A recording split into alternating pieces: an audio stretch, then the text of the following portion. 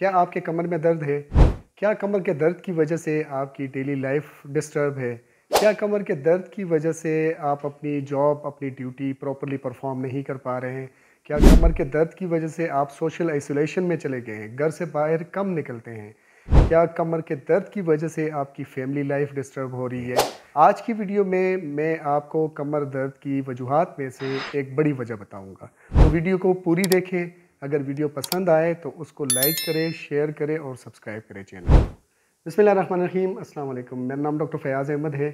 आज हम डिस्कस करेंगे कमर के दर्द की वजूहात में से एक बड़ी वजह। मैं इसको बड़ी वजह क्यों कह रहा हूँ? क्योंकि जो भी पेशेंट्स हमारे पास कमर के दर्द के साथ आते हैं, मुख्तलिफ हॉस्पिटल्स में जाते हैं, तो उनके कमर के दर्द की 70 to 80% पेशेंट में यही वजह होती है। आज की वीडियो में हम ये वजह जानेंगे और मैं आपको कुछ आसान टिप्स दूंगा जो आप घर में बग़ैर किसी अखराजात के, पैसों के करके अपनी कमर के दर्द से छुटकारा हासिल कर सकते हैं। और ये मॉडिफिकेशन, ये तब्दीली आप अपनी लाइफ में लेके आएंगे तो उसकी वजह से आपकी कमर में दर्द के चांसेस 70 to 80% कम हो जाएंगे। तो चलिए शुरू करते हैं। सबसे पहले मैं आपको बताता चलूँ कि आपने देखा होगा कि जो बंदा बिल्डिंग बनाता है, बिल्डिंग, तो उसमें ब्लॉक्स जो रखता है वो परफेक्टली बैलेंस एक दूसरे के ऊपर रखता है।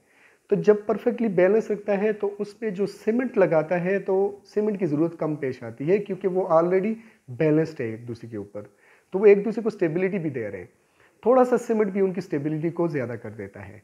तो अगर ब्लॉक्स जो है वो बैलेंस नहीं होंगे, सीमेंट जितना भी ज़्यादा लगाएं तो वो दीवार कमज़ोर होगी। यही मिसाल जो है वो हमारे कमर की भी है। अल्लाह ताला ने हमारे कमर को, हमारे स्पाइन को एक बिल्डिंग ब्लॉक की तरह बनाया हुआ, एक ब्लॉक के ऊपर दूसरा ब्लॉक पड़ा है, तो वो परफेक्टली बैलेंस है। हमारा जो निचला कमर है वो ऐसे है, वो अंदर की तरफ हम है उसका, यहाँ से निचले कमर जो है वो अंदर की तरफ है, नॉर्मली अंदर की तरफ है। हम क्या करते हैं, हम इस कर्व को चेंज कर देते हैं। तो जो भी हमारी बॉडी में हम मॉडिफिकेशन, नेचर के हम खिलाफ जाएंगे तो वो हमें प्रॉब्लम काज करेगा। तो कैसे हम नेचर के खिलाफ जाते हैं, वो वजह क्या है जिसकी वजह से कमर का दर्द होता है? वो गलत पोजीशन में बैठने की वजह है। अब देखें आप कि मैं कमर का ये खम कैसे मेंटेन कर रहा हूँ। मैं जब चेयर पे बैठा हूँ तो मैं चेयर पे एंड पे बैठूँगा और अपने निचले हिस्से को, जो बॉटम है, उसको टच करूँगा, अपने पेल्विस को टच करूँगा बिल्कुल बैक रेस्ट के साथ। जब मैंने टच कर लिया और पीछे टेक लगा लिया तो मेरा कमर इसी पोजीशन में रहेगा और मैं ये बैठा, मेरी पूरा स्पाइन जो है वो अपराइट पोजीशन में होगा।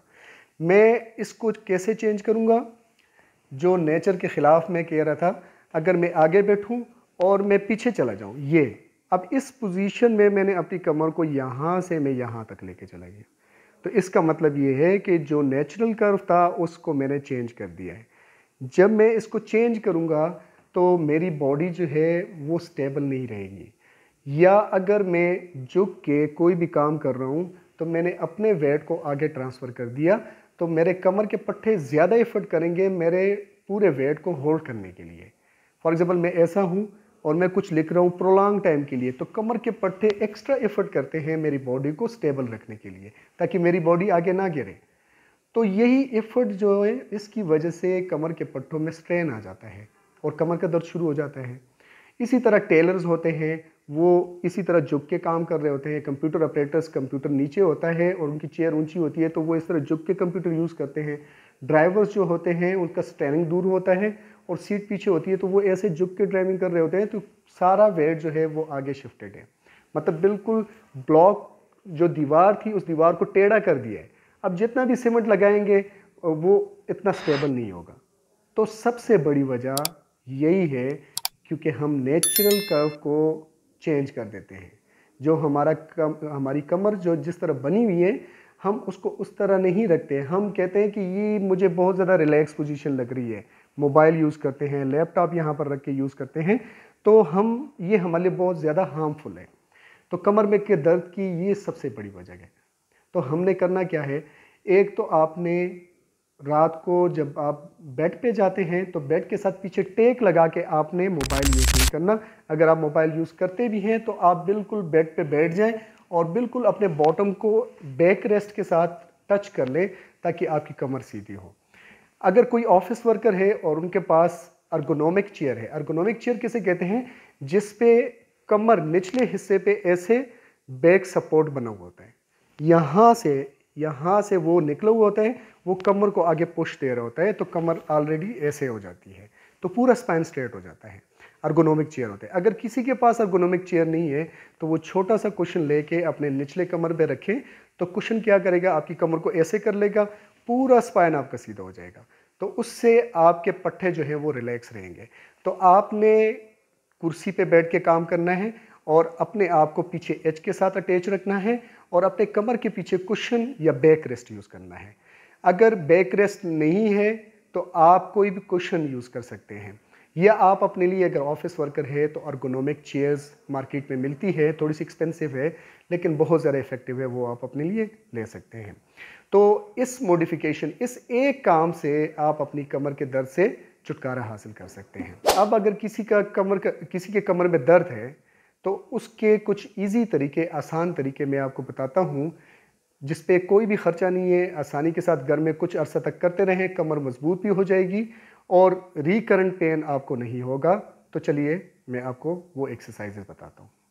सबसे पहले आपने क्या करना है, आपने पेशेंट को सिर्फ उल्टा लिटाना है, जस्ट उल्टा लिटाना है 20 मिनट के लिए, और ये सुबह और शाम, अगर दोपहर को भी टाइम मिले, 3 टाइम उसको सिर्फ उल्टा लिटाना है।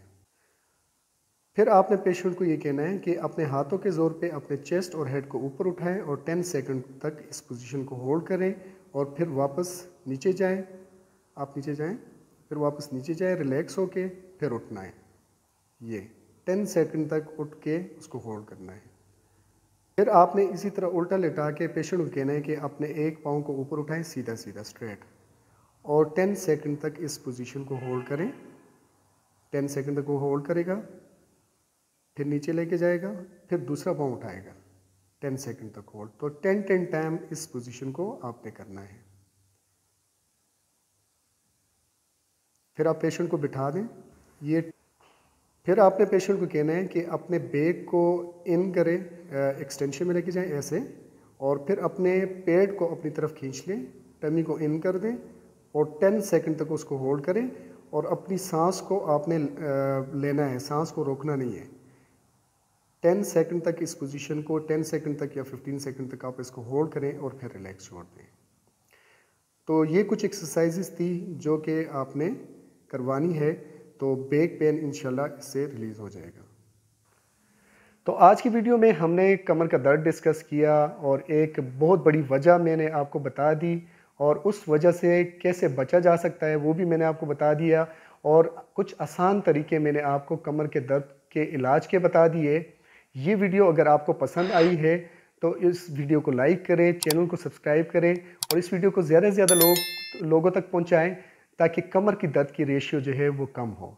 उम्मीद करता हूँ आपको वीडियो पसंद आई होगी। आपसे इजाज़त चाहूँगा। अल्लाह हाफ़िज़।